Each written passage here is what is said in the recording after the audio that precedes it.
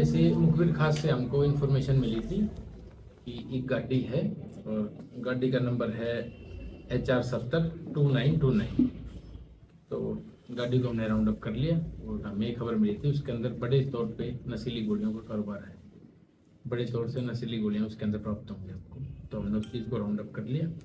तो वहाँ उसका ड्राइवर मिला, मंगत सिंह उसका ड्राइवर था। और मंगत सिंह से पूछताछ में उसने बताया कि Deep traders medical agency Bharatnagar Sirsa, जिसके मालिक अरविंदर सिंह पुत्र भोला सिंह हैं, उनकी दवाइयाँ हैं। तो फिर हमने मालिक को वहीं पे बुला लिया और अपने DCO साहब सुनील जी को वहाँ पे बुला लिया और वहाँ 2,70,000 नशीली गोलियाँ मिली जो नशे के काम में प्रयोग होती हैं, जिसमें से 2,16,000 टेम्पेडोल और बची हुई 54,000 गोलियां क्रैक वैली कैप्सूल थे, जो एक नशे का अल्टरनेट है। इस तरीके से हमने ये नशा तस्करों के ऊपर एक शिकंजा कसा है। तो नशा तस्करों से, नशे से हटकर अब लोग गोलियों पे आ गए हैं, तो हम इनको भी सलाखों के पीछे। कहाँ से लाई थी वो गाड़ी? नहीं, जैसे मैंने आपको बताया कि जो ड्राइवर मंगत सिंह है उसने बताया डीप ट्रेडर मेडिकल एजेंसी जो भारतनगर सिरसा के अंदर है, वहां से वो गोलियां लेके आया। गाड़ी कहाँ से पकड़ी गाड़ी को? गाड़ी तो हरि विष्णु कॉलोनी से हमने गाड़ी पकड़ी थी, होंडा अकॉर्ड गाड़ी थी और जिसका नंबर मैंने आपके साथ शेयर कर दिया है HR702929। सर कौन लोग हैं जो इस तरह की संलिप्तता पाई गई है?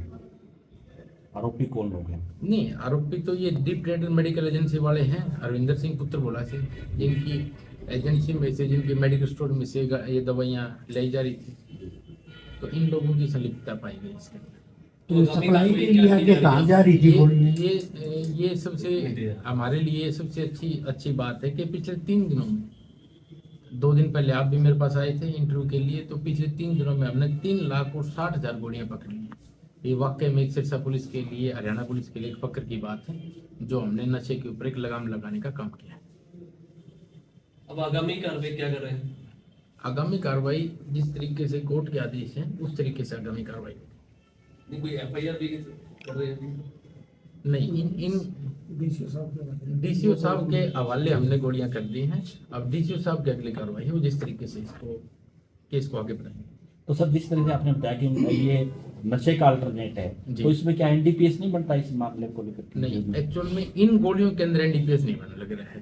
जो मैंने 83,000 जो अभी 2 दिन पहले जो गोलियां पकड़ी थी उसके अंदर कुछ गोलियां NDPS की थी, तो इसके अंदर NDPS नहीं बन रहा है किसी को। तो सर इसमें जल्दी जमानत नहीं हो जाएगी व्यक्ति की जो आरोपी है, जो NDPS नहीं बन रहा है? जी, ये तो कानून का काम है, कानून कोई चीज़ देखेंगे और जो भी जितनी भी मैक्सिमम से मैक्सिमम सजा होगी, मैं ये उम्मीद करता हूँ कि जो आदमी अंदर कन्विक्ट होगा उसको मैक्सिमम से मैक्सिमम सजा होगी। तो जिस तरह से ड्रग डिपार्टमेंट है, जो हेल्थ डिपार्टमेंट की ब्रांच है, वो ये इन पे कार्रवाई करते हैं, तो आपको नहीं लगता कि उनकी कहीं ना कहीं नेग्लिजेंसी है कि इतनी बड़ी खेप है, वो पानीपत से चल के सिरसा पहुंच गई, बीच में किसी ने कोई नहीं रोका, आराम से आसानी से पहुंच जाती है सिरसा में। इससे पहले भी आपने कई मेडिकल जो है घरों में चल रहे थे मेडिकल संचालक हैं उनको पिछली बार हमने साफ शब्दों में समझा दिया था कि भाई जो भी ये गलत गोलियों का व्यापार कर रहे हैं, गलत गोली कैप्सूलों का जो व्यापार कर रहे हैं उसको बंद कर दीजिए। तो शायद ये मुझे उसी का परिणाम लगता है जो हमारे DGP साहब की तरफ से, टाइगर हरियाणा की तरफ से जो ऑर्डर थे कि भाई नशे को हर तरीके से हमें रोकना है, तो ये मुझे यही लगता है कि उसी वजह से ही ये लोग अब सरेंडर करने लग रहे हैं। तो अब पुलिस पूरी तरह से निगरानी में है कि किस मेडिकल पे कितना नशा बिक रहा है, कि उनकी जो है अधिकारियों के साथ जो है रेड करेंगे। मैं आप सबको इस बारे में इंश्योर कर देना चाहता हूँ। SP साहब ने कई बार हमारे यहाँ मीटिंग भी ले चुके हैं, मेडिकल संचालकों से हमारे SHO टाइम टू टाइम पे मिलते रहते हैं। उनको बार बार ये चीज़ समझा दिया है कि भाई अगर आपके पास ये ऐसी चीज़ें मिली हैं, जो भी गोलियां बैंड सब्सटेंस है जो नशे के बारे में यूज़ होती हैं, अगर आपके सामने, अगर आपके मेडिकल पे वो नशीली दवाइयाँ बिकती है या हमें कोई शिकायत मिल जाती है, आपसे कोई प्राप्ति हो जाती है, तो आपका मेडिकल भी सील किया जा सकता है। तो इसलिए उन चीज़ों को अब उन्होंने सीरियसली ले लिया है। तो मुझे उम्मीद यही है कि अगली बार इतनी बड़ी हमको नहीं मिलेगी। जी क्योंकि जिस तरीके से उनके अंदर डर का माहौल है, जी लोग नशे से दूर भाग रहे हैं, कहीं पुलिस पकड़ ना ले, हम्म। तो इस तरीके से पुलिस की एक अच्छी उपलब्धि मानता हूँ। सर एक और बड़ा सवाल है कि जब भी मेडिकल स्टोर पे इस तरह की जो गोलियां जो नशे के जो पकड़ा जाता है यानी कि, तो एक आमजन में एक माहौल ये होता है, आमजन के लोगों की एक आवाज है, यानी कि उसको ये समझ सकते हैं कि ये एक्चुअल में बनती तो ये फैक्ट्रियों में ही है गोलियां, जैसे पत्ता मिलता है या जैसे भी जो भी चीजें आती है। हिमाचल प्रदेश में, बद्दी में, चंडीगढ़ में बहुत सी ऐसी फैक्ट्रियां हैं जो ये एंटीबायोटिक दवा, इसके साथ साथ ये जो साल्ट मिला करके जो नशे का जो बढ़ाती है, तो क्या उन फैक्ट्रियों को बंद नहीं किया जा सकता, या कोई इस तरीके का कोई बड़ा एक्शन लिया जाए कि उनके संचालकों के खिलाफ, या जो लाइसेंस लेते हैं हेल्थ डिपार्टमेंट से, किस एवज में लाइसेंस लेते हैं और फिर वो बढ़ाते क्या है, उनको सील किया जाए ताकि ये नशा मेडिकल तक पहुंचे ही ना। आपको एक चीज मैं क्लियर कर देता हूँ, हर चीज के अंदर नशा है जी जैसे आयोडेक्स, जैसे मैं खिलाड़ी हूँ तो हमें कोई भी चोट लग जाती है तो हम आयोडेक्स लगाते थे, आप सभी को भी कोई चोट लग जाती है तो आयोडेक्स लगाते जी हैं। जी अब मुझे ये भी पता है कि आयोडेक्स से भी नशा होता है, जी जी तो क्या हम आयोडेक्स को बंद कर सकते हैं? जी वो सरकार का काम सोचने का है, और सरकार इसके प्रति बहुत सतर्क है। जिन जिन चीजों के अंदर सरकार को लगता है कि ये चीजें नशे के अंदर ज्यादा चीजें हो रही हैं, सरकार उसको ऑटोमेटिक तौर पे पाबंद कर दी। हर चीज के दोनों पहलू हैं, जैसे फेविक्विक है उससे भी लोग नशा करते हैं, जी। आयोडेक्स उससे भी लोग नशा करते हैं, और भी विभिन्न तरीके की सिलोशन है उससे भी करते हैं। लोशन है उससे भी करते हैं। जी। तो लेकिन वो तो डेली मर्रा की चीजें हैं ना, उसको आपको देखना पड़ेगा आप उनको किस लाइन पे आप उसको यूज कर रहे हैं। जी।